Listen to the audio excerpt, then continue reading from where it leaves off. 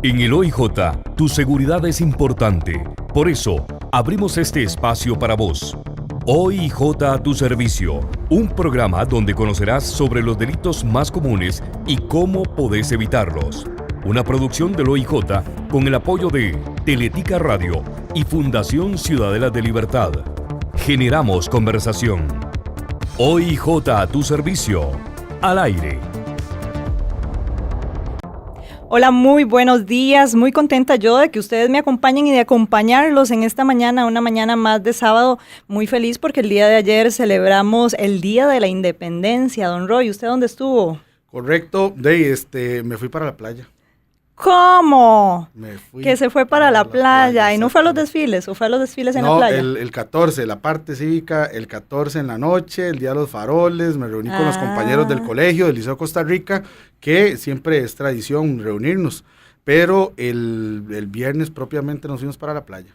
Bueno, también hay que aprovechar a veces y descansar, siempre y cuando respetemos y celebremos, y sobre todo celebremos nuestros valores. Correcto. Más que presencia física, realmente celebrar nuestros valores como hacemos siempre. Así es. Y bueno, pues hoy agradeciendo una vez más a Teletica Radio, a la Fundación Ciudadelas de Libertad y por supuesto a nuestro gran amigo Jorge Chávez, DJ Bubu, quien hoy nos acompaña desde los controles, Roy. Correcto. También recordarles una vez más que nos pueden escuchar no solamente por los 91.5 FM de Teletica Radio, sino que también pueden accesar la página www.teleticaradio.com.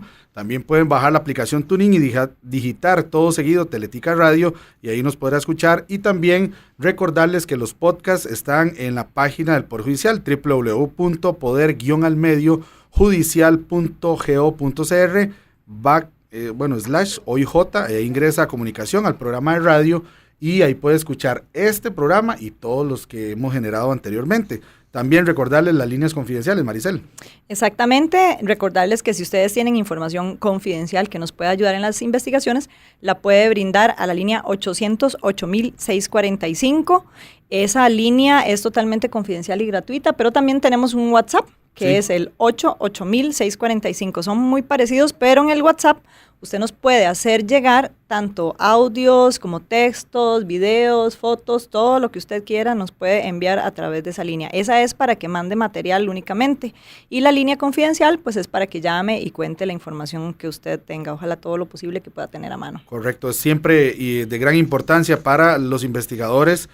Toda la información que usted pueda hacer llegar ahí de cualquier delito, de cualquier información que sea de interés para la policía judicial, que nos lo haga saber a cualquiera de esos dos medios. Y hoy, Maricel, un programa muy interesante. De hecho, tengo muchas inquietudes respecto a eso. Sobre el programa. Sí, es información que la gente siempre nos pide, es curioso. Sí.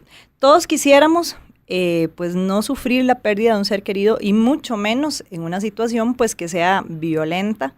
Pero lamentablemente, sí, exacto, o trágica, pero lamentablemente a veces estas cosas se dan y la gente, ahí es donde surgen las inquietudes de por qué se hacen las autopsias médico-legales, de cómo se hacen los trámites. ¿Cuándo se hace, cuándo no? Exactamente, y qué trámites hay que hacer, ¿verdad? Cuando se envía el cuerpo para retirarlo y este tipo de cosas. Correcto. Y hoy le queremos decir a la gente que pongan mucha atención porque esta información es bastante valiosa y es mejor que ojalá pues que no la tengan que utilizar, pero que si la tengan que utilizar la puedan tener a mano. Y para este tema, pues están dos invitados muy importantes el día de hoy, el doctor Jorge Aguilar Pérez, que es el jefe de la sección de patología forense. Muy buenos días, doctor. Muy buenos días. Y tenemos también al señor Juan Luis Monge Vargas, que es servidor de esta misma sección, que es súper experto, tiene 25 años de trabajar con lo que es la recepción y entrega de cuerpos en la morgue judicial. Entonces, pues dos personas de mucha experiencia. El doctor tiene 20 años de trabajar en la sección. Casi 20. Casi 20 de trabajar en la sección de patología. Entonces son personas de mucha experiencia que nos pueden explicar todos estos temas. Y siempre iniciamos, doctor y don Juan Luis, pidiéndole a nuestros invitados de las diferentes secciones que nos cuenten un poquito por quién está compuesta, si hay unidades dentro de la misma sección, cuánto personal trabaja y qué es en general lo que hace, en este caso, la sección de patología forense. Sí, claro. Muy buenos días a todos los radioescuchas. La sección de patología forense, como bien sabe, es parte del Departamento de Medicina Legal. Propiamente la sección está compuesta por personal médico forense, personal médico con especialidades en anatomía patológica también, y contamos con profesionales una profesional en antropología forense, un odontólogo forense, y aparte de eso contamos con personal técnico de disección y personal técnico de histotecnología para los estudios microscópicos de los tejidos en los casos necesarios. Aparte de eso, tenemos todo un grupo de compañeros de apoyo, que es la parte administrativa, ¿verdad? Que atiende desde puestos lo que es recepción de las personas dolientes que ingresan a la sección, y los compañeros de receptoría de dolientes o de atención de dolientes propiamente, que hoy nos acompaña uno de ellos, como decía Maricel, de alta experiencia, de mucha experiencia, que se encargan de lo que es la entrevista y de hacer toda la tramitología necesaria para lo que es el retiro del cuerpo de la morgue judicial. Aparte de eso, todo el compañero de auxiliares de morgue y otros administrativos que se encargan de lo que es la distribución de los dictámenes o los resultados de las pericias a las diferentes autoridades judiciales del país. En total, actualmente somos alrededor de 46 personas. Un montón de gente. Es bastante gente. Sí, bastante. Me contaba usted, doctor, ahora fuera del programa, que hay, dentro de esas 46 personas, hay 12 que son patólogos propiamente. Sí, el personal médico, como le decía, somos 12 plazas de médicos forenses. Y como le decía, algunos de ellos, 3 de ellos son, además de médicos forenses, son médicos anatomopatólogos, o sea, tienen 2 especialidades. Qué interesante, ¿verdad? Sí, en algún momento, porque hoy queremos hablar básicamente sobre las autopsias y los trámites que hay que hacer, pero en algún momento sería interesante ver, digamos, cada una de esas especialidades y qué es lo que hacen, porque a la gente también le interesa, ¿verdad? Saber qué se hace. Claro, la función del médico forense durante el proceso de autopsia, muchas de las autopsias se resuelven básicamente con el estudio macroscópico, o sea, con lo que se ve evidente. Pero muchas veces también ocupamos hacer investigación microscópica de los tejidos, del cadáver, ¿verdad? Por ejemplo, para establecer un tiempo de evolución de un infarto, por ejemplo, en una denuncia de malpraxis, o que queremos saber si un daño, una lesión en un cadáver tiene reacción vital, o sea, si fue hecha antes de que la persona muriera. Entonces, eso requiere estudios especializados de tinción de tejidos, más etcétera. Exploración. Más exploración, más detalle, y lo ven los especialistas en anatomía patológica, porque ellos ven al microscopio los tejidos y pueden decirnos cuánto tiempo de evolución tiene, por ejemplo, un golpe en un niño que está siendo investigado por un niño agredido, por ejemplo, ¿verdad? O una mujer en un caso de violencia doméstica. Y bueno, eso que usted está diciendo me da paso a hacerle la primera pregunta. Porque la gente, incluso nosotros preguntábamos en nuestra red social Facebook sobre qué les gustaría saber, ¿verdad? Y una persona decía que para qué, por ejemplo, si a una persona le pegan varios balazos, ¿para qué le hacen una autopsia si es como muy evidente de que murió, ¿verdad? A veces la gente dice, ¿para qué una autopsia? ¿Verdad? O incluso sería interesante, un tema que yo lo estuve escuchando usted en estos días, hablando sobre cuando una autopsia o un caso que parecía una muerte natural podría pasar a ser un caso de investigación, ¿verdad? Entonces, un poco como hablar de eso, o sea, ¿por qué? ¿Por qué se hacen las autopsias?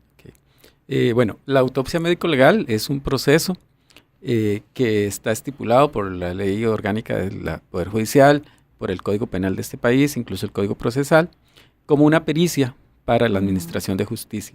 La autopsia viene a resolverle, a darle un criterio más al administrador de justicia para tomar decisiones.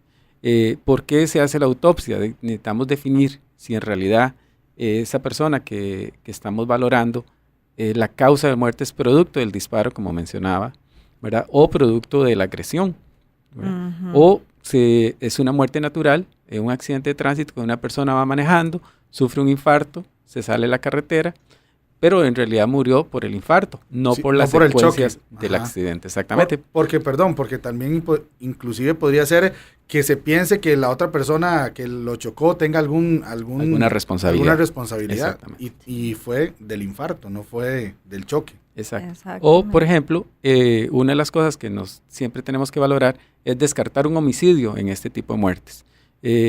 Ya ha pasado que se trata de simular un homicidio, poner un cuerpo en un vehículo, tirarlo a un guindo y hacerlo pasar como un accidente de tránsito. Entonces, esa es la justificación en realidad de la autopsia médico-legal.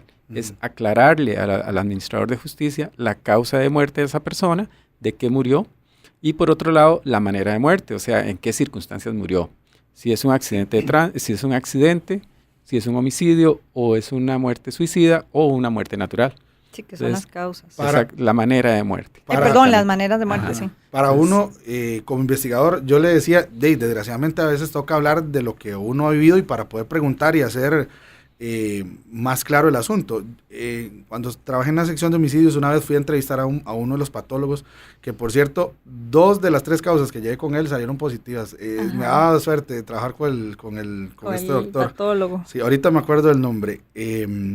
Pero fui a entrevistarlo y me explicó eso mismo, ¿verdad? Sacó el huesito yoides, que yo ni siquiera sabía que existía un hueso que se llamaba, y me explicó, me dice, esta persona la mataron y tiene que ser una persona derecha. Una característica más que nos dio en la investigación para saber a quién andábamos buscando. Claro. Porque lo quebró, dice, tiene que ser con la mano derecha porque el cuerno que está quebrado es el izquierdo. Y entonces ya por ahí empieza usted a ver cómo dentro de la investigación algo tan simple como eso. Y el doctor, ¿cómo es? Dávila. Fue y sacó el tarro y me enseñó el huesito y lo quebró y tal. Me enseñó dónde estaba quebrado. Y eso fue una de las cosas que arrancó en la investigación. Es súper importante hacer esa entrevista y conversar con las personas que tuvieron ahí el cuerpo y que le pueden decir a uno qué fue lo que ocurrió y por dónde inició el asunto. A eso me refería cuando decimos que somos auxiliares de la Administración de Justicia, porque en la autopsia vamos a documentar y evidenciar elementos que le van a servir a la investigación judicial. Y que lo judicializan y ya digamos, eso ya es una prueba. Una prueba, Exactamente.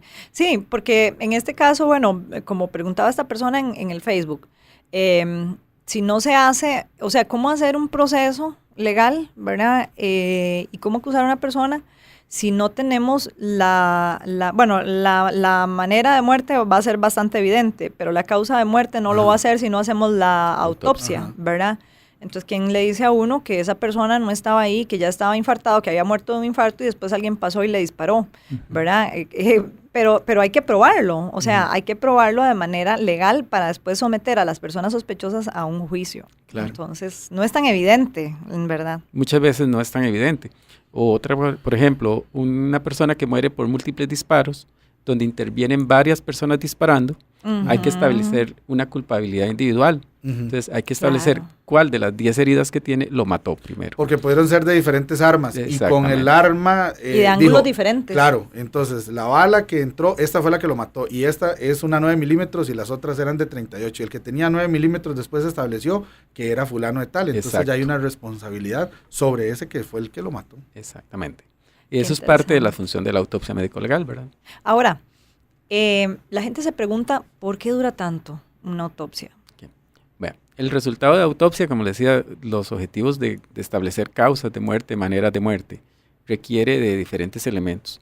Por ejemplo, en la investigación policial, muchas veces tenemos muertes que son a nivel hospitalario, entonces requerimos documentos médicos para poder fundamentar un criterio. Por ejemplo, una denuncia de malpraxis. Entonces, es un paciente que es valorado en diferentes centros. Entonces, muchas veces el expediente va a durar en ser secuestrado, en ser aportado. Además de eso, va a requerir estudios adicionales, como mencionábamos, de histología, de neuropatología, e incluso toxicología, pericias conexas del Laboratorio de Ciencias Forenses, que llevan su tiempo, ¿verdad? Pueden durar varios meses e incluso en un resultado. Mientras el forense recibe todas las pericias o documentos necesarios para poder emitir un criterio, puede pasar un tiempo. Y una vez que tiene todos los elementos, va a volver a analizarlos, revisarlos, si es del caso, hacer revisión bibliográfica y presentar un caso ya con las causas y la manera de muerte bien debidamente fundamentada, para que la autoridad judicial pueda hacer uso de ese elemento que se va a convertir en prueba, como decíamos. Sí, no necesariamente entonces es una cuestión del médico que tiene que hacerla, sino que hay otros factores externos, como dice el doctor, del secuestro de los expedientes, que muchas veces son grandes, ¿verdad? Y que el fiscal lo mande a pedirlo, y que a veces está mal, y que el investigador vaya y se les pueda llevar a ellos todo, y como dice el doctor, muchas veces no son en un solo hospital, sino en varios, ¿verdad? Porque ha sido visto en diferentes, y hasta que no tenga todo no podrían emitir la autopsia final. Entonces, hay muchos factores, ¿verdad? Para que podamos decir, hay casos que salen fácil con solo el proceso de autopsia, por ejemplo, una persona que se ahorca, una persona que tiene un disparo solamente en la cabeza, Son autopsias que son más sencillas, más rápidas y que pueden salir en cuestiones de semanas o un mes o menos. Las de malpraxis son las que son... Las malpraxis son las que duran un poquito más porque requieren mucho más estudios y hay que fundamentar muy bien si hubo o no una falta al deber de cuidado, ¿verdad? Ahí yo tengo una pregunta porque hay muertes aparentemente naturales, una muerte natural que requiere de esta investigación. ¿En qué casos, bueno, usted nos está hablando de la malpraxis, ¿verdad? Pero ¿en qué casos pasamos, por ejemplo, de una persona que está en un hospital o que está en su casa, pero tiene un padecimiento, ¿verdad? Y en qué momento pasa eso de lo que podría ser una autopsia hospitalaria a hacer una autopsia médico-legal o médico-forense? La muerte natural, bueno, como no es parte del quehacer del médico forense, ¿verdad? Porque ahí no hay una responsabilidad que seguir. Pero hay momentos en que esa muerte natural se convierte en médico forense, que es cuando tenemos una sospecha de criminalidad. Esa sospecha de criminalidad puede ser perfectamente una denuncia de malpraxis, en el sentido de que creemos que la paciente murió, mi abuelita murió porque no le dieron atención a tiempo. O porque no le dieron el medicamento que ocupaba y le dieron otro medicamento. Pero ahí tiene que haber ya una noticia de crímenes por parte de alguien. Sí, tiene que haber una denuncia de malpraxis especificando cuál es el factor que ellos están denunciando, por qué están denunciando, etc. Pero hay otras muertes naturales, por ejemplo, de personas indigentes, personas que viven solas, personas que mueren en la vía pública, que no se conocen sus antecedentes, no se conocen las circunstancias de esa persona, y que se convierten, hay que investigar si no hay nada sospechoso en esa muerte, ¿verdad? Como una intoxicación, por ejemplo. O un paciente, hace poco daba un ejemplo, de un paciente con un cáncer terminal, que ya, como dicen, no soporta su condición, y toma la decisión de tomar un medicamento, un veneno, etcétera, dosificarse, sobredosificarse y producir un suicidio. Entonces hay que investigar, esa muerte ya se convierte en una muerte criminal, sospechosa, y lo que llamamos nosotros una muerte violenta, ¿verdad? ¿En qué término sería? Que descartaríamos que es una muerte homicida, suicida o accidental. Entonces, en esos momentos son muertes, es una persona, es un padecimiento que por alguna situación requiere investigación médico-forense en ese sentido. Ok, queremos hablar también sobre lo que es el retiro de los cuerpos de la morgue. Correcto. Vamos a irnos a escuchar el consejo del día de hoy y ya volvemos con esta otra parte del tema. Hola, mi nombre es Mixi Trejos, soy médico forense y estoy a cargo de la Unidad Médico-Legal de Punta Arenas. Las unidades médico-legales brindan colaboración a la autoridad judicial para la aplicación de la justicia en diversos tipos de casos. Uno de los tipos de casos que valoramos en estas unidades médico-legales de gran importancia son los delitos sexuales. Es importante que si usted ha sido víctima de un delito sexual, interponga la denuncia respectiva para que pueda recibir la atención médica forense. Si los hechos de que usted, un familiar o conocido han sido víctimas son recientes, es importante que tome en cuenta las siguientes recomendaciones. En primer lugar, colóquese un protector diario, no una toalla sanitaria, ya que el protector permite absorber los fluidos biológicos que eventualmente podrían ser analizados. En segundo lugar, evite bañarse, lavarse sus dientes, ir al baño o consumir alimentos o incluso agua mientras se le realiza la valoración médico-legal. Usted tiene derecho a ser valorado o valorada por un médico forense una vez que interpone la denuncia. Esta valoración consiste en conocer sus antecedentes clínicos, su estado de salud actual, así como la pertinencia según los hechos de la toma de muestras, ya sea en sangre, orina o fluidos biológicos, la cual podrá variar según el tipo de caso.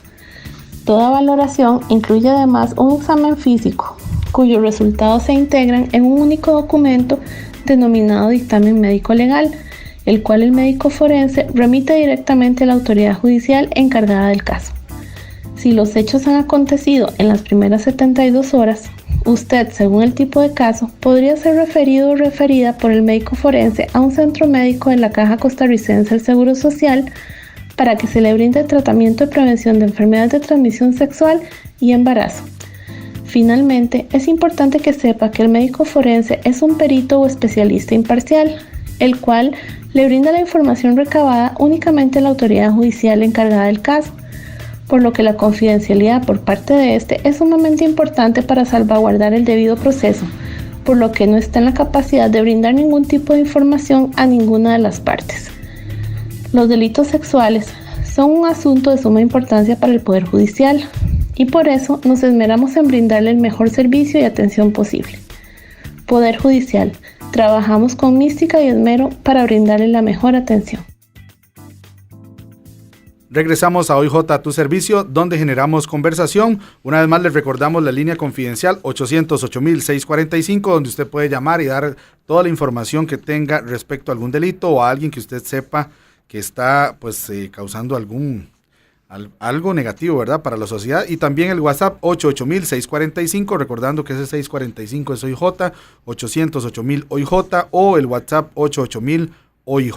Hoy conversando sobre autopsias médico-legales, un tema interesantísimo que hemos introducido con el doctor Jorge Aguilar, pero que, como decía Maricela, antes de irnos al consejo del día, también tenemos otro invitado como es Juan Luis Monge, que también es servidor de la sección de patología forense y que nos puede aclarar un poco, Maricel, respecto a todo lo que es el trámite de cómo se debe retirar un cuerpo cuando el cuerpo ha ido a medicina legal para hacer la autopsia. Cuando ha llegado a la morgue. Y bueno, pues uno desearía que esto nunca le suceda, pero si eventualmente, Juan Luis, una persona tiene que ir a retirar un cuerpo en la morgue, el proceso de llevarlo es, digamos, relativamente sencillo porque los mismos compañeros, bueno, se encargan de llevar el cuerpo, ¿verdad?, de hacer el levantamiento, de inspecciones oculares, lo llevan a la morgue y ahora sí, o sea, ¿qué hacen las personas? ¿Qué es lo que deben de hacer? ¿Cuál es la tramitología? ¿Quién puede ir a retirar un cuerpo? Empezando por ahí. Exactamente. Buenos días, compañeros y radioescuchas. Bueno, la oficina en la cual yo trabajo, que es la recepción de datos de dolientes, se encarga de confeccionar todas las carpetas con respecto a las autopsias que se van a realizar. Esto es armar el expediente para que los médicos tengan su protocolo y puedan, en el momento que se asignan los casos, realizar la autopsia y tener la información. Ajá. Tener la información. Exactamente. Y luego de esto, nosotros lo que hacemos es ingresar todos los datos a la base y posteriormente a esto tenemos que hacer las entrevistas o atender al usuario externo, que son todos los dolientes o los interesados en retirar estos cadáveres. Perdón, una pregunta antes de pasar a la parte de los dolientes. Claro. ¿Quiere decir que entonces, digamos, hay toda una documentación que se le prepara al médico patólogo que va a hacer esa autopsia? Exactamente, anticipadamente se hace la elaboración del protocolo o del expediente médico legal y se ingresa toda la información que viene en esa documentación en la base de datos para tener todos los datos de la persona. Exactamente, todos los datos de las personas que vengan en esa información. Y nosotros lo que hacemos es posteriormente en la entrevista al usuario, ¿verdad?, al doliente, es concluir la información para poder generar la documentación y poder hacer retiro del cadáver. Pero esa entrevista que usted habla, que se le hace a los dolientes, ¿ustedes llaman o esperan a que alguien se comunique con ustedes? Bueno, generalmente los familiares siempre están en contacto, ¿verdad? Siempre están llamando. Hay algunos que desconocen los números telefónicos, pero para esto yo les voy a brindar en este momento los números a los cuales pueden hacer sus llamadas. Sería el 2267-1182 o el 2267-1183.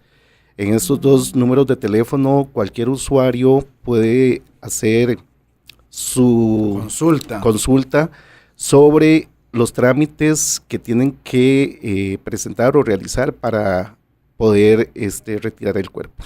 Y ahora sí, ¿quién puede llamar o quién puede ir a retirar un cuerpo?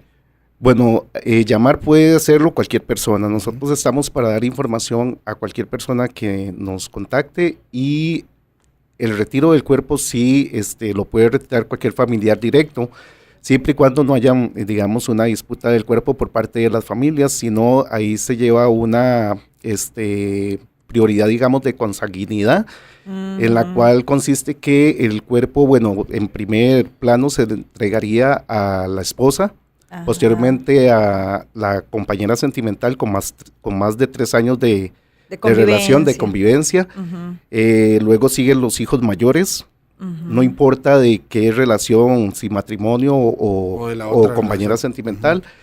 Luego los padres, luego los hijos y por último cualquier otro familiar, que ya serían primos, yernos, abuelos, cualquier otra persona. En el caso, por ejemplo, de una persona menor de edad, cuyos padres, porque se deben de haber dado casos, digamos, los papás están separados, ¿verdad? Y entonces es una persona menor de edad y ¿a quién se le entrega el cuerpo? ¿A quien tenga la patria potestad o cómo se maneja eso? Bueno, en esos casos se le entrega, digamos, generalmente lo retiran las madres, pero digamos, casi siempre se llega a un acuerdo y se le entrega a la persona que esté interesada, digamos. Si se da el caso de que hay alguna disputa por patria potestad o algo así, se emite, digamos, se dirige a la persona, al juez encargado el cual emitió la orden de autopsia, el cual tiene que, digamos, decidir o definir a cuál de los dos se le debe entregar el cuerpo. Qué situaciones más difíciles, Sí, ¿verdad? ¿Tienen ustedes exacto, situaciones así de que Claro, se han presentado bastantes. Tienen que tener esa capacidad también de conciliación, de tratar de calmar en un momento dificilísimo. Exacto. Y, ahora sí, ¿qué documentos o qué cosas debe presentar una persona para poder retirar un cuerpo? Bueno, deben de presentar, la persona que se encarga de retirar el cuerpo tiene que llegar con su cédula de identidad para que confirme de que sí es el parentesco y confirme que se trata del familiar. Luego, se requiere que presenten la cédula del fallecido. Si no la aportan, no es necesaria porque generalmente ya los investigadores nos han mandado toda la documentación con la información. Y nosotros ya la hemos jalado del registro. Entonces, en el caso del fallecido no deben de presentar tanto la documentación. Los trámites son diferentes para, digamos, en otras ocasiones, digamos, en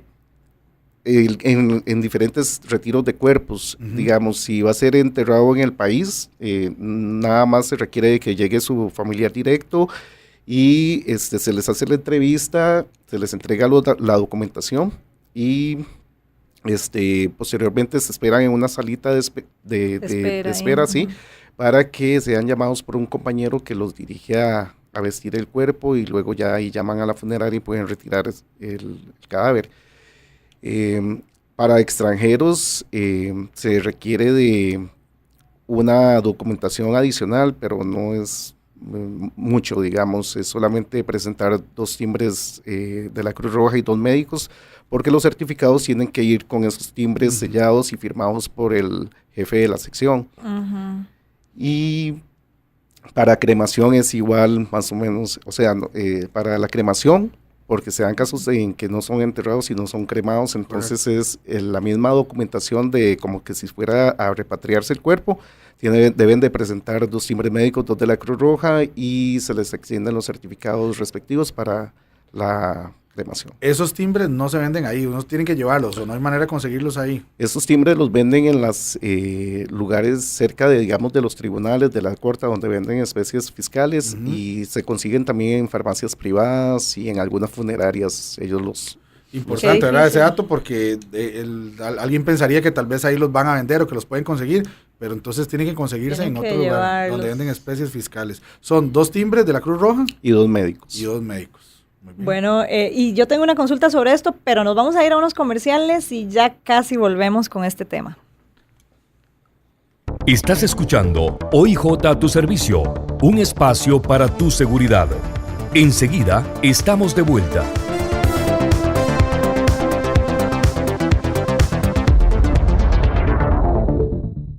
¿Aceptarás el reto en la primera media maratón de Desamparados? Te invitamos al Reto La Libertad este 29 de octubre a correr 5, 10 o 21 kilómetros en beneficio de los jóvenes de la Fundación Ciudadelas de Libertad. Entre los participantes rifaremos una inscripción a la Maratón de Miami. Busca los puestos de inscripción en el Facebook de Reto La Libertad. Patrocinan Colchones Luxor, Mall Multicentro, One Rescate, Emergencia Vital e Industrias La Maquila. Te invita a Teletica Radio 91.5. Super Pack de Cabletica. Ármelo como quiera. Son muchísimas combinaciones. cable, teléfono, internet, TV digital y más de 70 canales en HD. Ármelo a su medida, ármelo como quiera y llévese 3 servicios por el precio de 2 desde 26,500 colones al mes. Pásese ya al 1177 y hágala toda con Cabletica. Hola, soy Maynor Solano. Cuando ese momento tan esperado se acerca y el balón está por rodar, la cuenta regresiva inicia y con ello Estadio TD7. El pitazo inicial está cerca y está por iniciar Estadio TD7. Toda la información desde el estadio o camino al estadio con Fabián Borbón y este servidor. Todos los sábados a las 6 de la tarde por Teletica Radio 91.5. Generamos conversación. 12 equipos en pos de la Copa del Campeonato Nacional de Fútbol. Las puertas de un nuevo campeonato de Primera División se abren y usted podrá disfrutarlo en una nueva opción de escuchar las acciones. Una forma diferente y fresca de describir los partidos. Campeonato de Apertura. Fútbol de Primera División. Torneo 2017. Vívalo aquí en Teletica Radio 91.5 FM. Generamos conversación. El asaltante disparó en repetidas ocasiones hasta terminar con la vida de sus víctimas. Los vecinos de Heredia denunciaron ante las autoridades este lamentable asesinato. En la León 13 capturan a una familia que vendía drogas. ¿Te importa Costa Rica? De tu respuesta depende que alguna de estas voces se silencie y la otra repique en tus oídos para siempre. Mes de la Independencia. Teletica Radio. Generamos conversación. Puro sueño de verdes colores, deseamos de... Si de seguridad se trata, OIJ a tu servicio. Aquí, en Teletica Radio 91.5 FM. Generamos conversación. Bueno, y continuamos aquí en OIJ a tu servicio, donde generamos conversación. Hoy con el tema, Roy, autopsias médico-legales. Correcto. Un tema interesantísimo, y acá fuera de micrófonos conversamos respecto a que nos decía Juan Luis que no es tan común el hecho de la pregunta que usted hacía sobre la patria potestad, que no es tan común que haya una discusión de que si un papá se lleva a un menor de edad, sí, ¿verdad? O la mamá, sino que nos cuenta que es más frecuente el asunto cuando si es un hombre tenía una segunda pareja o ya se había divorciado y qué tanto derecho tenía la exesposa o los hijos, ¿verdad? Que no quieren que tal vez otra mujer o con la que convivía el señor se quiera llevar el cadáver. ¿Esto es más frecuente? Sí, es más frecuente. Digamos, en estas situaciones se da más que todo, en la disputa de los cuerpos se da entre hermanos, compañera sentimental, esposa, los padres mismos.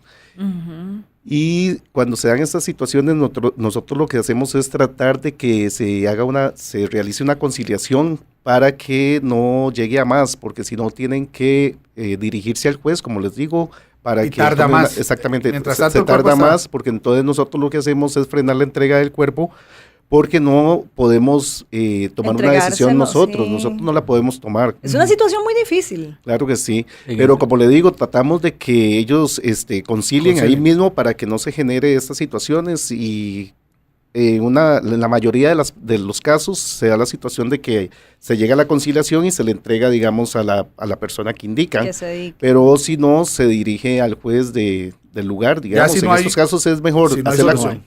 En estos casos es mejor hacer la conciliación porque hay casos, bueno, recuerden que la morgue judicial es, ahorita está funcionando en Liberia, algunas autopsias se están realizando en Liberia, pero no son todas. Y generalmente todo lo del país viene a la morgue judicial, a San Joaquín. Entonces aquí casi llegan todos los cuerpos de todo el país. Entonces, para que los familiares se pongan de acuerdo, tienen que dirigirse, digamos, hasta Cotobruz, San Vito, Limón, sí, Sí, de donde venga el cuerpo. Exactamente, y ahí genera más atrasos en la entrega, pero se dan esas situaciones más que todo cuando las personas no han arreglado su situación sentimental o de matrimonio. De matrimonio. Exactamente, y cuando hay alguna diferencia entre ellos mismos, entre los familiares. Sí. En ese sentido, para agregarle un poquitito, se hizo la consulta a la asesoría jurídica de la dirección y ellos establecieron el orden que mencionaba don Juan Luis ahora, de que primero la esposa, luego la compañera sentimental. Eso hay un documento que ya se estableció con visto bueno del Consejo Superior y por una consulta jurídica que se hizo. Entonces es el recurso que tenemos. Ya si eso no se logra establecer, hay que mandarlo al juez, como él dice. Pero ya eso está fundamentado en el Código de Familia y Código Penal de Costa Rica. Primero la esposa. Luego la compañera sentimental y luego, como decía, los hijos o los hijos mayores. Y si es la ex esposa, ya se había divorciado, la compañera sentimental es... Si hay divorcio. ¿Qué pasa? Si no ha habido divorcio y todavía está casado, la esposa sigue manteniendo el derecho. Ok, a pesar de que esa persona viva o conviva durante años con otra persona. Porque legalmente está casada. Exactamente. Ok, ve que interesante, porque, bueno, de ahí es el derecho, sí, exactamente, es el derecho. Exacto. Ahora, dentro de las personas que hacen los retiros, a veces, o más bien los cuerpos que están en la morgue, no necesariamente la familia tiene los recursos para llegar. Como decían ustedes, vienen de todo el país, ¿verdad? Vienen de Cotobruz o vienen de allá, de la zona norte, de la zona sur, de X lugar, de Talamanca, no sé. ¿Qué se hace en esos casos con estas personas? Bueno, generalmente en estos casos los investigadores, digamos, de las provincias, ellos confeccionan una información en la cual sobre muerte e investigación. Exactamente, en la cual nos emiten todos los datos. Ahí hay una parte en ese formulario donde si las personas son de escasos recursos o requieren de la devolución del cuerpo, entonces ellos la llenan y el juez es el encargado en anotar en la orden judicial o en la solicitud de autopsia que se haga la devolución respectiva a la dirección que los familiares indiquen. El juez autoriza ese trámite, que puedan ustedes devolver el cuerpo hasta ese lugar. Exactamente. Entonces es muy importante que los investigadores pongan la información, indiquen toda la información o la llenen en el formulario, porque en el momento que nosotros comenzamos a hacer los traslados respectivos, nos contactamos con los familiares para hacerles la entrevista por teléfono, para que no tengan que venir hasta acá, y confeccionamos toda la información, o sea, ingresamos toda la información, generamos los documentos y programamos las devoluciones con la sección de transporte forense. Bueno, o sea, se les hace todo el trámite de vía telefónica. Exactamente. Exacto. Ya cuando se coordina el traslado, se emite un comunicado a la sección de transportes, que ellos son ya los encargados de coordinar la devolución. ¿Hay algún tiempo aproximado en el que, digamos, una autopsia normal dure o el cuerpo que dure y que ustedes tengan establecido, digamos, más o menos de lo que se dure para devolver un cadáver a los familiares? El proceso de autopsia en sí, la parte técnica, puede durar unas horas, ¿verdad? Puede llevarse de 3 a 6 horas. Si es muy complicado el caso, como mencionaban ustedes, con múltiples balazos, heridas, quemado, amarrado, etcétera, puede llevarse un poco más, ¿verdad? Pero normalmente o actualmente se está trabajando casi que la autopsia del cuerpo entra en la noche y al día siguiente en la mañana se está haciendo la autopsia. Y la mayoría de los casos ya al día siguiente, a partir de las 11 de la mañana, a mediodía, ya están para entregar a los familiares. Okay. Lo que es el cuerpo del cadáver, ¿verdad? Ya lo que es el resultado del dictamen. Ya eso es otro trámite. Y eso ya es a lo interno, ya eso al investigador le puede durar meses en llegar por múltiples factores, pero en este caso lo que nos interesa es a los familiares entregarlo. Sí. Si me entró en la noche, probablemente al otro día, a mediodía. Ya se esté entregando. Muchas veces incluso entra un cuerpo a las 11 de la mañana, mediodía, a la 1 de la tarde se está asignando para que algún médico lo haga en el transcurso de la tarde y ya en la tarde, 4 de la tarde, 5 de la tarde se está entregando. El mismo día. El mismo día. ¿Hay alguno de estos trámites que implique algún tipo de pago o es totalmente, o sea, todo el proceso, desde que la persona fallece y hacen el levantamiento del cuerpo hasta que le es entregado a su familia, es totalmente gratuito. Es totalmente gratuito. Los familiares, lo único que, el gasto que deben de generar es, digamos, en el caso de los timbres, Ajá. que el valor en este momento no lo tengo a mano, pero está alrededor de 1,000 colones el juego. Ajá. Y ya lo que es funeraria o el traslado respectivo, digamos, del cuerpo, cuando lo retiran por sus propios medios, ese es el único gasto que ellos tienen que generar. Pero digamos lo que es... Pero no es al Poder Judicial, eso ya es una cuestión... No, ya eso es, digamos, externo. exactamente de ellos. Digamos, para el Poder Judicial, el trámite exactamente, desde el levantamiento del cuerpo hasta el ingreso, la autopsia, digamos... Eso es un proceso judicial. El trámite totalmente es gratuito. Totalmente. No hay ningún rubro. Ok, ahora, ¿qué proceso o qué parte del proceso de la familia doliente pueden llevar ahí?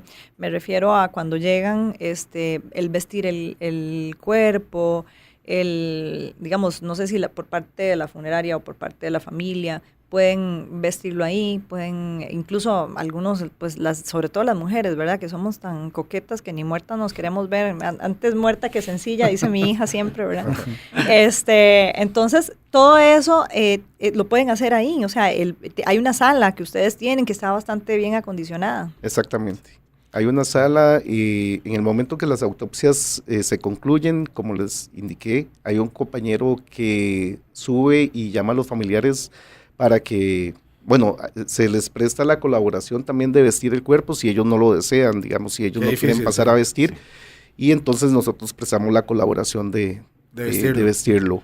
Pero generalmente los familiares les gusta bajar para arreglarles, digamos, como dice la compañera, el cabello, maquillarla, que vaya bien coqueta y bien bonita, igual a los caballeros, para ponerles bien el traje, la corbata, limpiarlos. Exacto. Ahora, una vez que ya ustedes terminaron el proceso, que ya llamaron a los familiares y se dijeron, ya pueden venir a recogerlo, y la familia no llega, ¿cuántos días podría pasar un cuerpo ahí? Bueno, esa es otra problemática de la sección. Hay un porcentaje de cuerpos que no son retirados de la sección. ¿Qué porcentaje, doctor? ¿Ustedes tienen más o menos estimado? Porque yo sé que hacen entierros de cuerpos. Bueno, creo que anda, ahorita no recuerdo, pero digamos en los últimos, el año 2016 y lo que va del año, han sido alrededor de 130 cuerpos los que hemos asumido nosotros el entierro. Un montón. Qué Entonces, barbaridad. Sí es un porcentaje alto, ¿verdad? Que el Poder Judicial asume los costos de enterrarlos a través de un trámite administrativo. Aún a pesar de que encuentren familiares. Muchas veces incluso a pesar de que hay familiares. Sobre todo hay familiares que, como ustedes explicaban, no tienen las condiciones económicas y llegan incluso a hacer el trámite, ¿verdad? Los compañeros la atienden y dejan una nota diciendo que ellos no pueden hacerse cargo del sepelio y entonces dejan una autorización para que nosotros dispongamos del cuerpo. Existen normativas. Muchos de los otros supongo que son indigentes, personas que no se lograron identificar. O que no se lograron identificar o extranjeros. Bueno, ese caso que yo le comento del hueso hioides, esa muchacha yo duré como un mes en lograr encontrar a la familia, porque ella era indigente, tenía como 6 años de que no sabía nada de la familia. De hecho encontré al ex esposo y él decía, yo no tengo los medios. Al final le colaboraron y siempre fue a recogerla, pero entonces es más común de lo que uno pensaría. Incluso nosotros para ese proceso hacemos una publicación a nivel de medio de prensa nacional con los nombres de los que tengamos nombres, y si no, indicando si es masculino o femenino, y ponemos una anotación de dónde fue localizado el cadáver, para que las familiares o las personas de la zona de referencia, si hay una persona desaparecida o quieren saber, puedan venir a preguntar. Los compañeros de atención de dolientes se encargan de darle la información respectiva, y si alguien coincide, pueden ver las fotos o ver el cadáver propiamente y definir si es o no la persona. Y se hace un trámite de identificación de cadáver. En este caso, ustedes hacen una actividad religiosa. Sí, hacemos un responso, que se llaman. Responso. Responso. Lo hacemos con el compañero, el padre de la comunidad de San Joaquín de Flores, es el que nos colabora con esto. Nos acompaña la comunidad, incluso personal de la comunidad. Los mismos compañeros nos organizamos, compramos arreglos florales, etcétera, y se les hace una pequeña ceremonia. Es que llevamos un trámite administrativo de lo que es la lista de publicación, luego revisar todos los casos para que se pueda definir cuáles se entierran, cuáles no. Generalmente se hacen 2 o 3 veces al año. Qué interesante, ¿verdad? O sea, tal vez la gente desconoce ese tipo de cosas, incluso tal vez ustedes y ambos me imagino que han estado en situaciones que lamentablemente para el país han sido difíciles, por ejemplo el terremoto de Cinchona, toda la situación que se vivió con el huracán Otto recientemente, ¿verdad? En que ustedes de alguna manera ponen de su parte, incluso en horas de trabajo sacrificio, extra, claro. Sí, exactamente, para poder atender. De hecho, se han hecho traslados de los patólogos a las zonas del desastre, ¿verdad? Sí, claro. La sección de patología forense siempre se ha caracterizado como de ser un equipo de trabajo, ¿verdad? La autopsia no solamente la hace el médico forense, también participa, como decía, el técnico de disección, la parte administrativa, los auxiliares de morgue. Y en diferentes eventos, como los mencionados, incluso nos hemos trasladado todo un equipo, médicos, administrativos y técnicos de disección, a trabajar al sitio. ¿Para qué? Para ayudar a los familiares, para atender a esos dolientes y dar un tiempo de respuesta mucho menor, que no tengan que ser trasladados esos cuerpos hasta San Joaquín de Flores y puedan entregarse incluso en el sitio del suceso. Ahora que usted menciona que trabajan con los dolientes, hay, bueno, dentro de ese personal que ustedes tienen o dentro de esta entrevista, ¿hay algún psicólogo o trabajador social por si alguna persona está mal o le dan alguna atención inmediata ahí?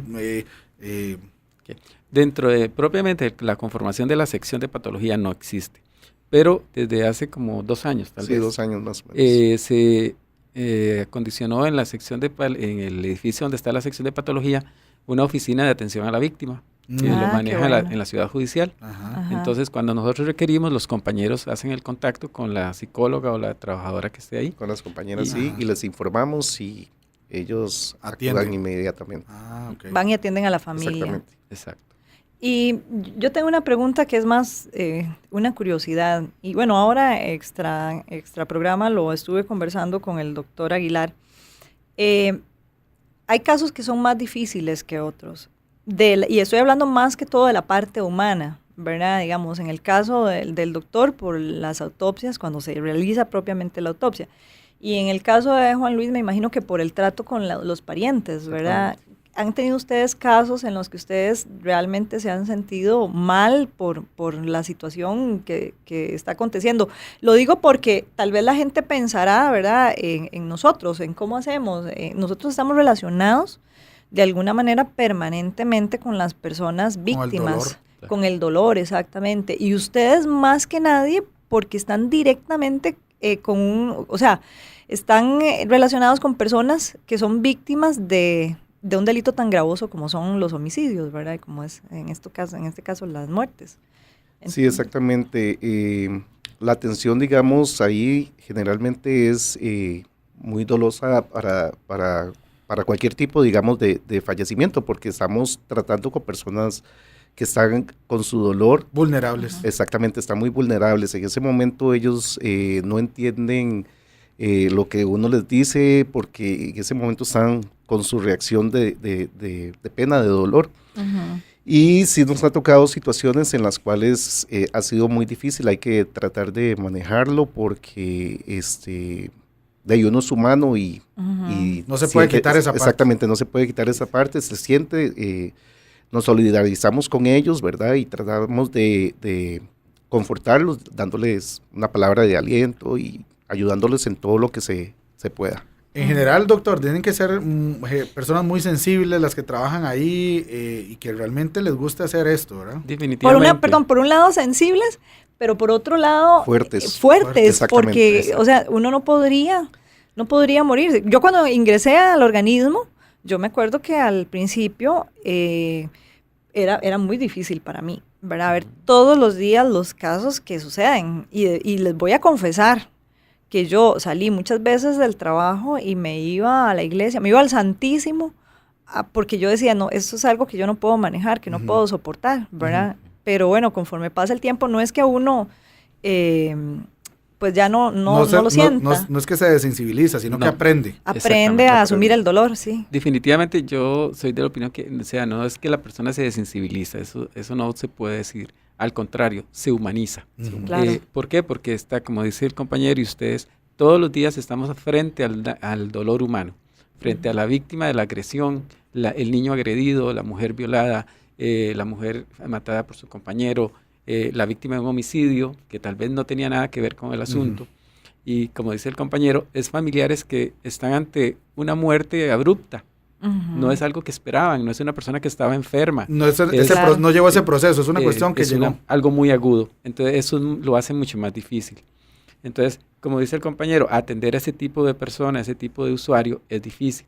Entonces, la parte de la humanización nuestra es dar un servicio de calidad, un servicio que sea adecuado al momento, ¿verdad? Que se le dé todo lo necesario, la información, todo lo que los trámites necesarios, etcétera, lo más pronto posible, etcétera. Y nosotros somos conscientes, todo el personal de la sección de patología, puedo decir, dar fe de eso, que sabe lo que es el dolor humano, definitivamente. Como decía la compañera, no solamente el médico forense, nos trasladamos a los sitios, trabajamos en la sección hasta altas horas de la noche si es necesario, el incendio del Hospital Calderón Guardia, el accidente de tránsito de Cinchona recientemente, correcto, el del terraplén en Calle Lajas, Calle Lajas, sí. O sea, el personal, Orosi, el personal se queda en la sección trabajando, como decían, altas horas de la noche, sin costos, muchas veces sin cobrar horas extras. Y eso es parte de esa sensibilización, de esa humanización, de saber que los familiares están esperando un cuerpo que murió de una forma muy aguda, muy abrupta y desgraciadamente de una forma muy violenta. Entonces, a ustedes, doctor, tal vez es obvio, pero ya en la parte, digamos, de la autopsia como tal, que les toca hacer a ustedes, también hay casos en los que supongo que es más difícil que en otros casos. Por supuesto. Los niños, supongo, debe ser difícil. Sobre todo el niño producto de la agresión, ¿verdad? De la violencia. Son casos difíciles, pero como decían ustedes, no podemos perder esa objetividad. En ese momento estamos como peritos. Si bien es cierto, nos duele, hay una sensibilización hacia ese ser humano que es víctima de la violencia diaria. No podemos perder nuestra objetividad porque tenemos que emitir una prueba, una pericia, como hablábamos al inicio, que va a servir de prueba para administrar justicia. Y no podemos que se nos cuestione esa prueba por subjetividad, por algún tipo de subjetividad de cualquier tipo. Entonces, ¿Qué puede, doctor, obstaculizar el que se determine la manera y la causa de muerte? Tal vez el factor más preponderante en ese sentido es la putrefacción. El hecho que un cuerpo aparezca días después de haber fallecido tiene ya muchos cambios que no permite un adecuado evidenciar adecuadamente las lesiones, la antropofagia cadavérica, por ejemplo, que un animal dañe todo el tejido alrededor donde había un disparo. Ya nosotros perdemos esa evidencia, ya no podemos ver si era de contacto, si era de larga distancia, etcétera. Básicamente la putrefacción es uno de los factores que más afecta el factor climatológico, el estado avanzado. El estado avanzado de putrefacción, básicamente. Bueno, y yo quisiera tal vez, Juan Luis, que nos diera, digamos, o que le diera a las personas, a los radioescuchas, algún tipo de consejo que se pueda dar con respecto a lo que es esta tramitología. Digo, para que sea más fácil, para que se les facilite. Bueno, el consejo que yo les doy a los radioescuchas es que que nos contacten a los números que les di anteriormente, al 2267-1182 o 2267-1183, para poderlos orientar de una forma adecuada. Claro. Antes de que siga, ¿estos números, las 24 horas o en qué horario se puede llamar a esos números? Y repitamos los números, tal vez. 2267-1182 o 2267-1183.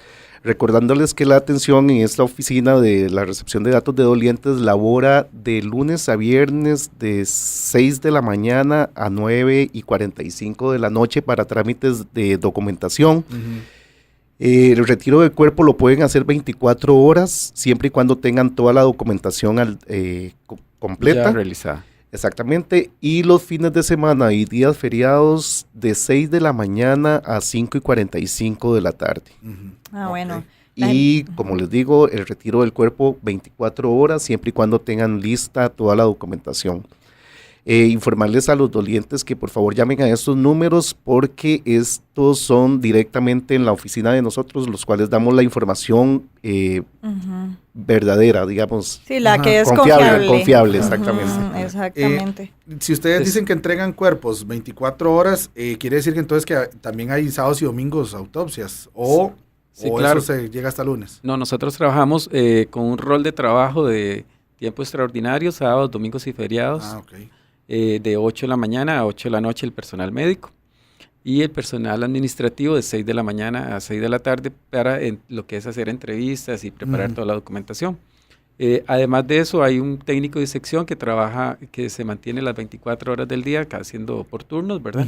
Que esa es otra persona que puede dar información después de las 10 de la noche, si, por ejemplo, que si el cuerpo ya ingresó, que si la autopsia se va a hacer información básica. Información muy básica, exactamente. Pero que también puede atender. Y es el encargado, como dice Juan Luis, de entregar los cuerpos o recibir los cuerpos que haya quedado todo el trámite hecho para después de las 10 de la noche. Por ejemplo, muchas veces un extranjero que va a ser llevado por tierra a Nicaragua o otro país, la gente prefiere llevárselo en la noche o en la madrugada. Entonces, el compañero hace toda la tramitología en el día, queda todo listo, viene a medianoche, 1 de la mañana y se lo lleva a esa hora para que tempranito esté al otro lado. Bueno, de ahí pues, y qué lamentable que siempre se nos acaba el tiempo y no nos alcanza todavía se me quedaron preguntas como siempre.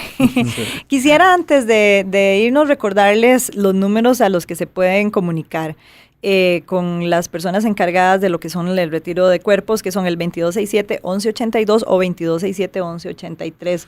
Ellos les pueden aclarar cualquier duda que tengan y bueno, pues no me queda más que agradecerles a ambos porque esta información sé que es bastante valiosa para las personas que nos están escuchando. Con mucho gusto, cualquier momento, cualquier otra consulta que quieran hacer, estamos para servirles. Con mucho gusto.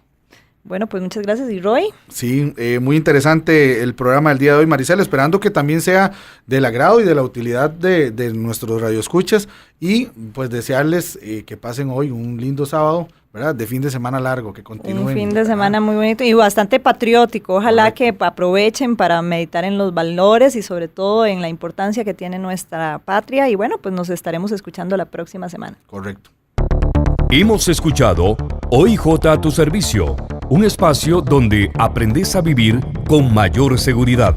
Una producción del OIJ con el apoyo de Teletica Radio y la Fundación Ciudadela de Libertad. Generamos conversación. OIJ a tu servicio. Regresa el próximo sábado.